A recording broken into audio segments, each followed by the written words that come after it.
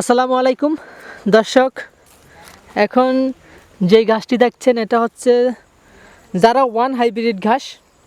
আমরা এখান থেকে জারা ওয়ান হাইব্রিড ঘাসটি কেটেছি। দেখুন পাশেও কিন্তু আবার আছে আরও বড় বড় জারা ওয়ান হাইব্রিড ঘাস। এটা এখান থেকে মূলত কাটা হয়েছে। এই যে পাশ থেকে দেখুন, এই যে এই অংশটা জারা ওয়ান হাইব্রিড ঘাস কাটা হয়েছে, আর এর পাশে এখান থেকে আবার কাটিং বিক্রি কাজ চলছে। তো কাটার পরে কীরকম হয় থাকে দেখুন। আমার জমিটা তেমন পরিষ্কার না, একটু নিচু, একটু হালকা নিচুর ভিতরে।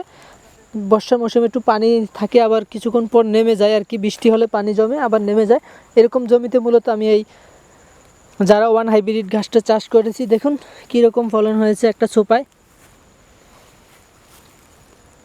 আপনারা যারা গরুর খামার করতে চান, বিশেষ করে যারা গরু বা মহিষের খামার করতে চান, তাদের জন্য সবচেয়ে ভালো হচ্ছে এই Zara one hybrid ঘাসটি। Zara one hybrid ঘাস অল্প দিনে বড় হয়ে থাকে, খুব অল্প দিনে বড় হয়ে থাকে, এবং এক একটি ছোপে অনেকগুলো পর্যন্ত হয়। তো আপনারা যারা গরুর খামার করতে চাচ্ছেন তাদের জন্য মূলত এই জারা ওয়ান হাইব্রিড ঘাসটি সবচেয়ে ভালো।